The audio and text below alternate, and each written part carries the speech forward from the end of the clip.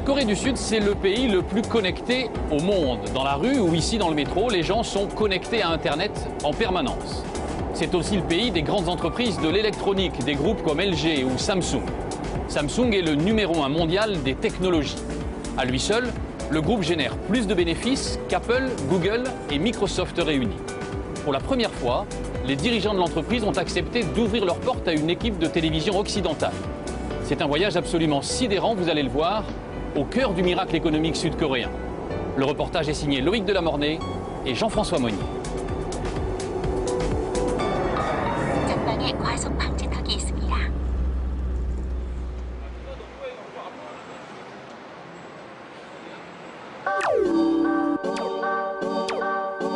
Il était une fois Madame Lee, ménagère coréenne.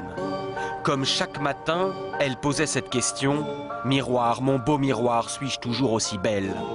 Et grâce au capteur laser installé au plafond, son miroir lui répondait. « Je recherche vos paramètres santé.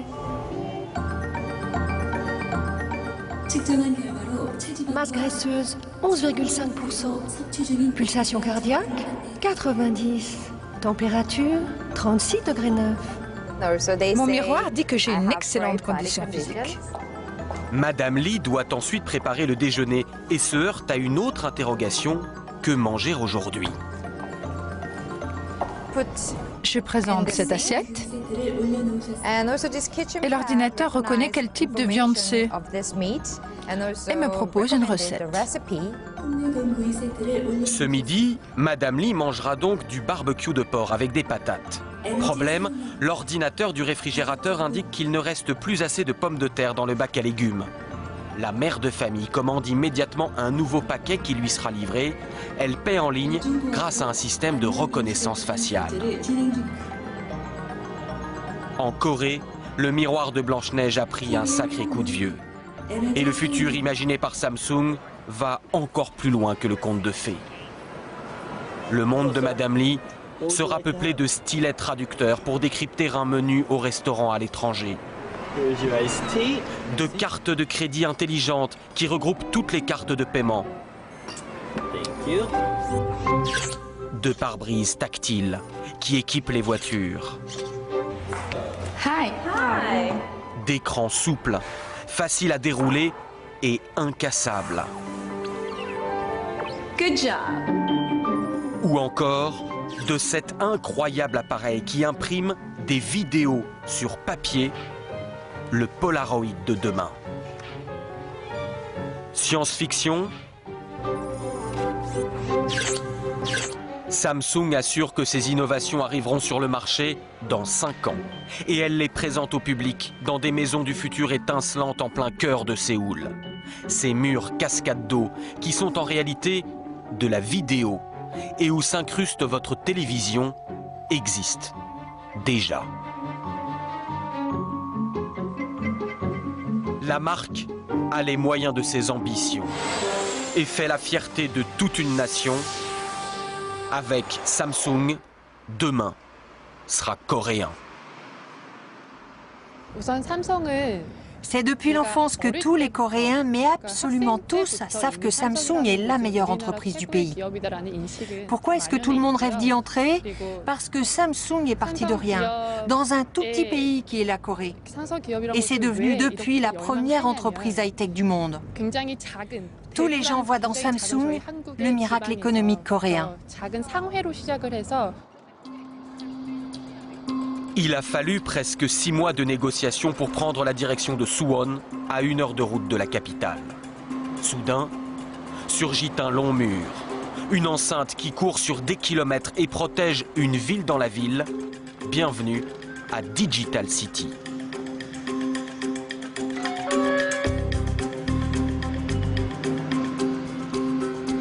C'est la première fois qu'une caméra occidentale pénètre dans ce sanctuaire.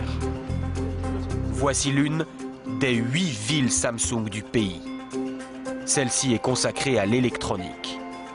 Avec ses 30 000 employés, elle a la taille et la population d'une ville française de province comme Auxerre. Avec ses banques, son hôpital et sa clinique dentaire.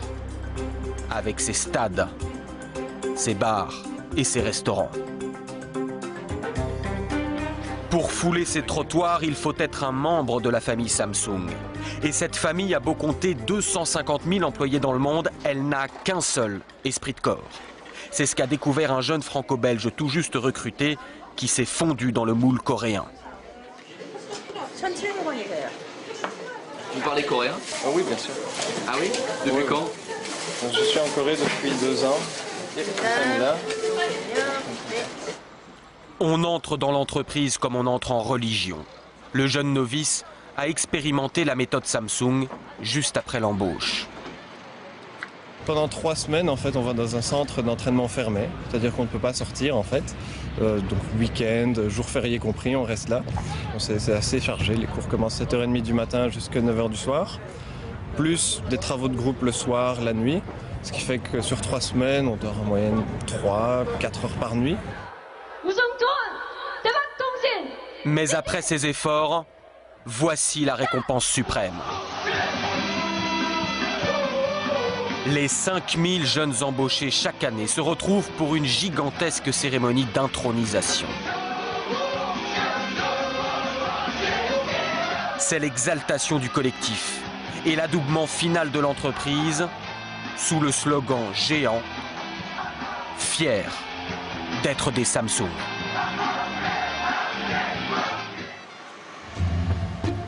Cette fierté est racontée au cœur de Digital City qui a son propre musée.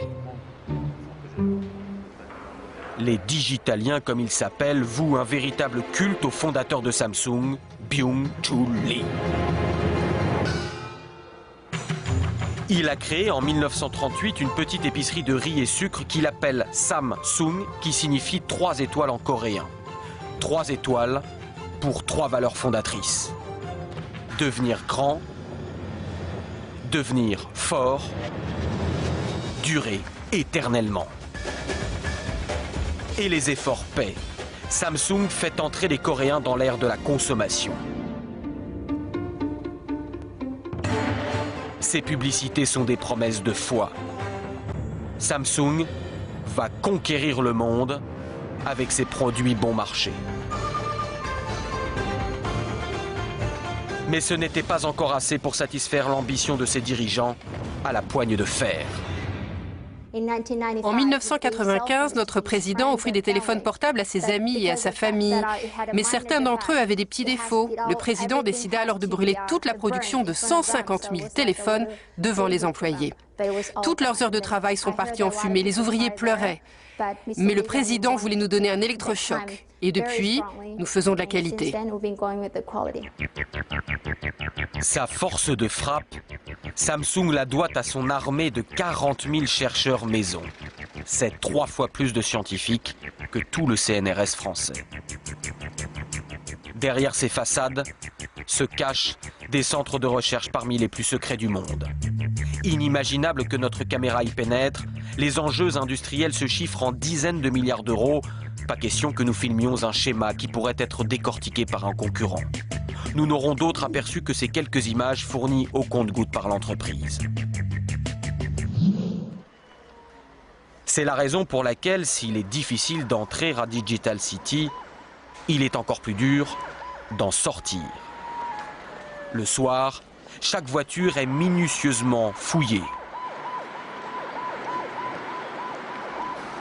Et en quittant les bureaux, tous les employés passent une véritable douane. La peur des espions industriels, une vraie paranoïa. Aucun salarié ne peut sortir avec son ordinateur ou tout autre appareil électronique. Tout doit être laissé au bureau. De toute façon, il n'est pas facile de quitter la famille Samsung. Après le travail, beaucoup d'employés rempilent et restent à Digital City dans l'une des nombreuses associations de l'entreprise, comme ce cours de cuisine chinoise.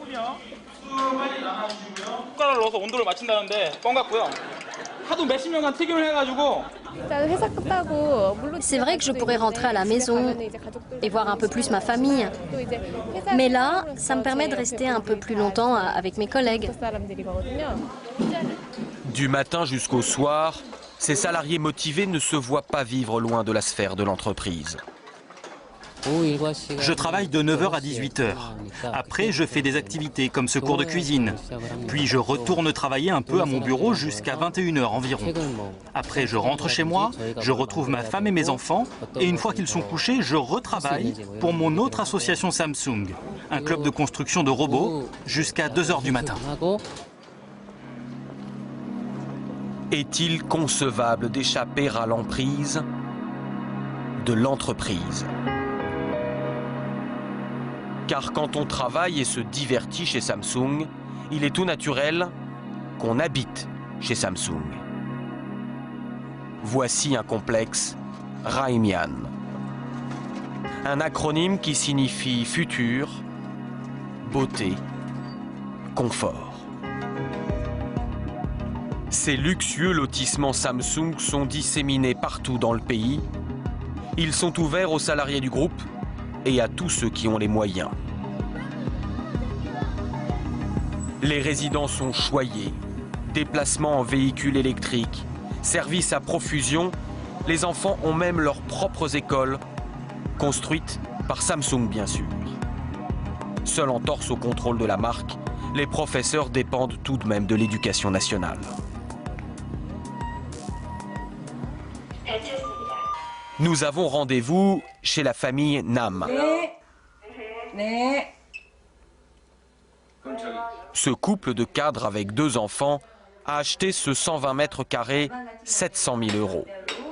Tout l'appartement est équipé en domotique et la technologie est telle que parfois les parents doivent appeler leur fils à la rescousse. Vas-y, Johnny, toi qui connais bien l'écran du frigo.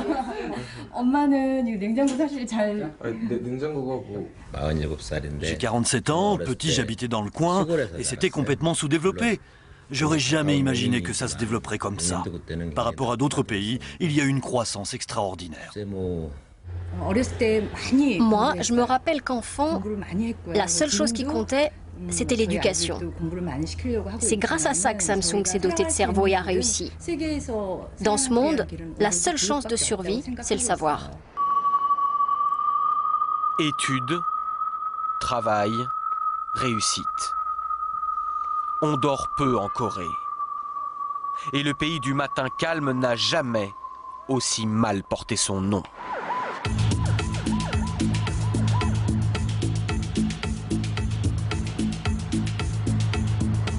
Une nouvelle journée reprend. Séoul s'éveille, vrombissante. Les Coréens travaillent 40% de plus que les Français. Et dans ce Manhattan asiatique, d'autres membres de la famille Samsung sont déjà au travail autour d'un emploi du temps en 4 lettres, SADI, l'université de design de Samsung. Le groupe a créé cette école pour trouver de nouveaux talents et doper sa créativité. Les nuits blanches passées sur les projets sont nombreuses, la sélection est rude, seule la moitié des étudiants décrocheront le diplôme. Les profs sont souvent occidentaux. Est-ce que vous voyez du volume dans cet objet? Vous voyez? Tous les étudiants ne feront pas forcément carrière chez Samsung. Mais cette école a fait des émules dans tout le pays qui forment à présent près de 30 000 jeunes designers par an. De plus en plus, les étudiants coréens sont récompensés dans les grands prix internationaux de design. On a en Corée des géants comme Samsung pour l'électronique ou LG pour l'électroménager qui créent tellement de produits que c'est pour nous un terrain de jeu extraordinaire. Et je suis fier de participer à cette nouvelle vague de designers coréens. L'université ouvre ses portes, mais les laboratoires nichés au sommet du quartier général de Samsung, beaucoup moins. Voici les tâches des designers. Là encore, interdiction de les filmer et panique de nos accompagnateurs, même si les vitres sont opaques. Car le design est devenu un enjeu stratégique majeur. Et tous les cadres dirigeants se rappellent ce jour de la fin des années 90 où le redoutable président, toujours lui, leur a asséné un second choc de culture. Le président nous a dit « changer tout, sauf votre femme et vos enfants. Il fallait se débarrasser de tout ce qui avait été acquis auparavant. C'est là qu'il a lancé la révolution du design dans l'entreprise. Le vice-président est fier de présenter son dernier bijou. On voulait quelque chose de chic, de brillant, de classe. Pas un mot sur la ressemblance frappante entre le dernier né de la gamme Samsung et la tablette d'un célèbre concurrent. Prononcer le mot Apple n'est pas politiquement correct chez Samsung. Mais pour Philippe Lee, président de la Chambre de commerce franco-coréenne, l'important n'est pas que le coréen ait plus ou moins copié l'américain. Samsung avait complètement mésestimé l'importance des smartphones. Il y a quelques mois, panique à bord. Donc il a fallu mettre en place un plan de réaction par rapport à ça. Mais le plan, il est sorti au bout de quelques mois. C'est-à-dire que le groupe a été capable, en quelques mois, de concevoir un produit qui n'est pas un produit révolutionnaire, puisqu'il est très similaire à celui de l'iPhone, mais à développer ce produit et à le commercialiser avec succès et dans le monde entier. Et c'est là l'autre prouesse du groupe. Avoir changé son image, notamment dans les pays occidentaux, grâce à son marketing. Partenariats sportifs dans les plus grands événements, ou encore publicité ciblée avec des stars nationales, comme dans ce spot pour l'Australie, où Samsung s'est offert l'icône du pays, Simon Baker, l'acteur de la série du moment, Le Mentaliste.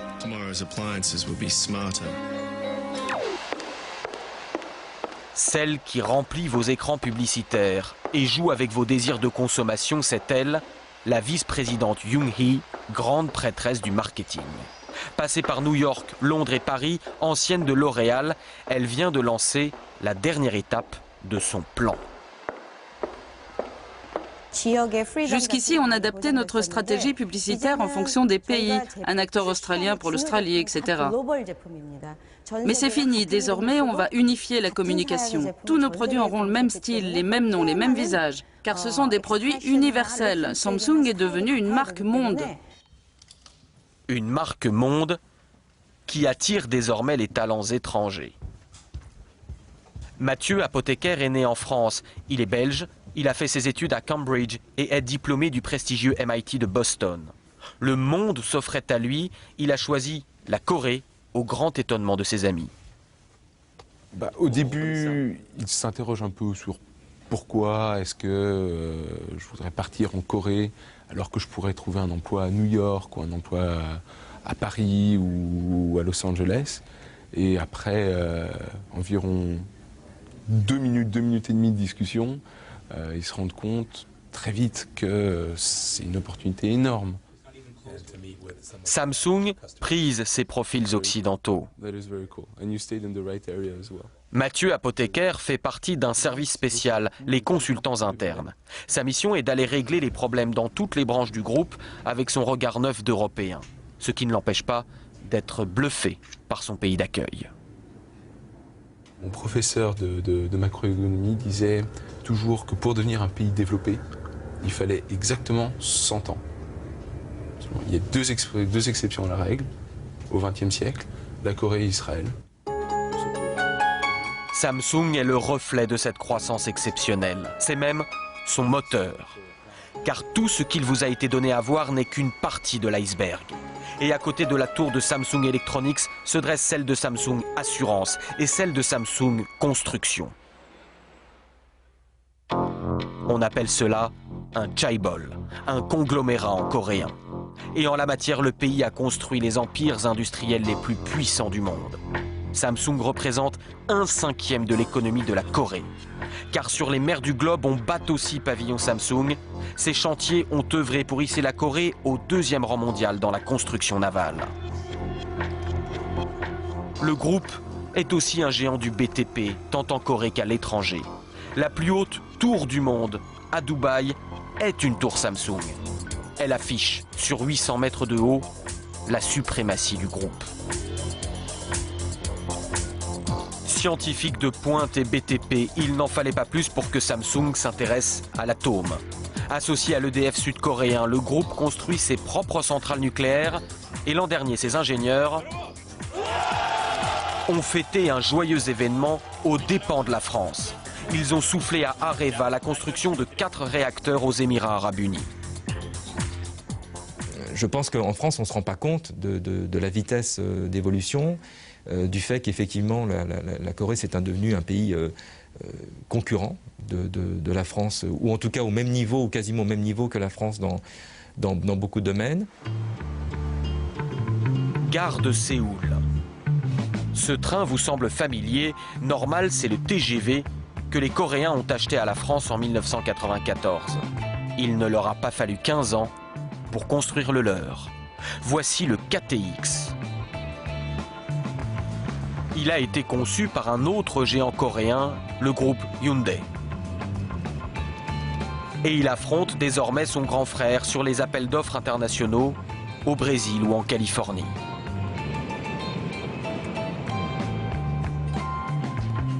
Direction le sud du pays.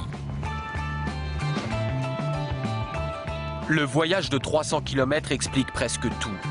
Devant ces plaines mornes et sans aucune ressource naturelle, la Corée n'avait pas d'autre choix que de se surpasser en misant tout sur l'exportation.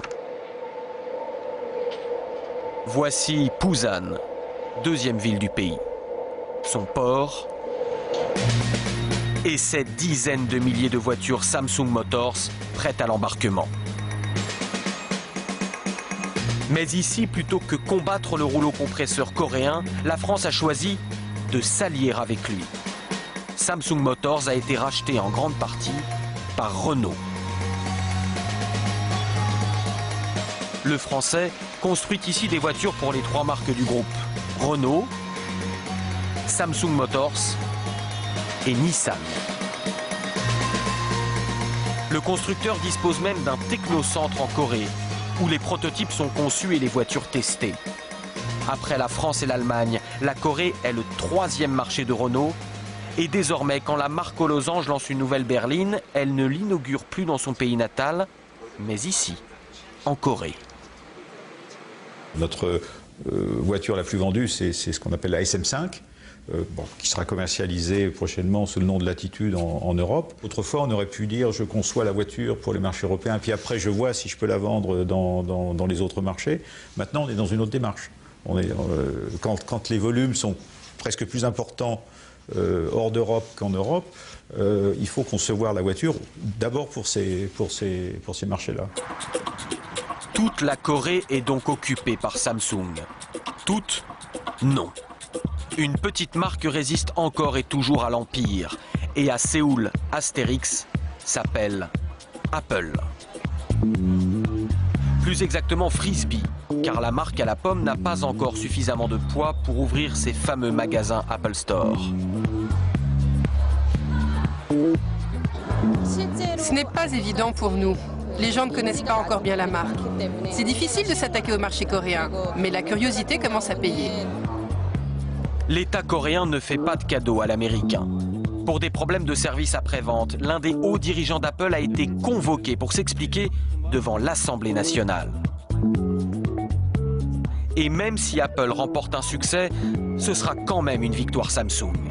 Le Coréen est le numéro 1 mondial des semi-conducteurs et sous la coque des iPhones, les composants, et oui, sont des puces Samsung. C'est David contre Goliath. En face, Samsung étale ses Delight Center et autres showrooms ultra-modernes. Sur les écrans des ordinateurs peu de Google, le célèbre moteur de recherche n'occupe que 5% du marché coréen. Ici, on navigue sur Naver ou Dome, considéré comme plus performant. Et avant la création de Facebook, les Coréens avaient déjà leur réseau social, Cyworld. Comme pour avertir l'Occident, qu'il ne s'endorme surtout pas sur ses certitudes, car demain, votre cyberespace pourrait bien être coréen.